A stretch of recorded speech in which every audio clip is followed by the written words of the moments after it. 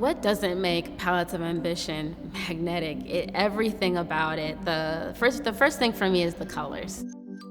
You want to go explore the individual pieces and understand how they're made up. But at the same time, the more you step back, the more you see the composition and the shapes and the also undulations in form. There are stories embedded in the work, and these stories are not ones that have beginnings or endings, but these are stories that are ongoing.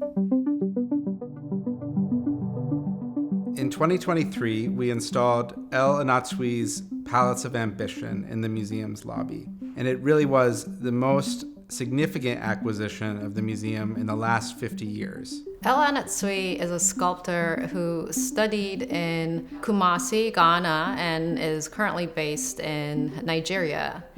El is one of the leading figures in contemporary sculpture.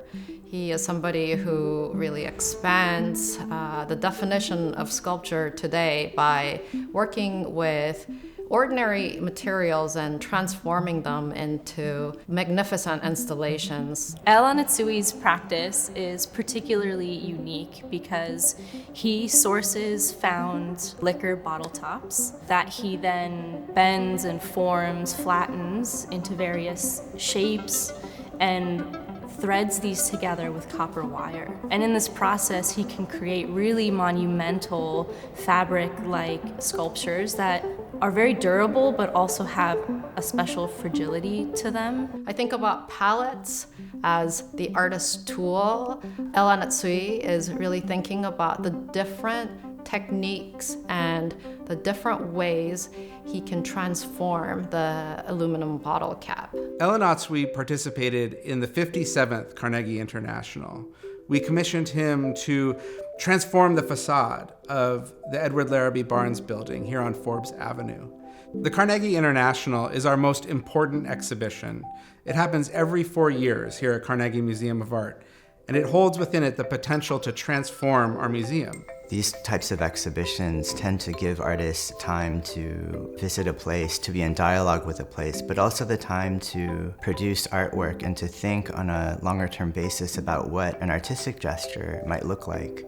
When the exhibition ended, we invited Anatsui to produce a new work, a work that's cited specifically in the museum's lobby. Here, this would be one of the very first artworks that we would all see as we cross the threshold into this museum. There was a lot of excitement around installing Palettes of Ambition, and it took a lot of people from our art handlers to conservators and the curatorial staff to see the best way that it can fit into our space. One half of the installation is the fabrication of the work itself, and the other half is the hanging.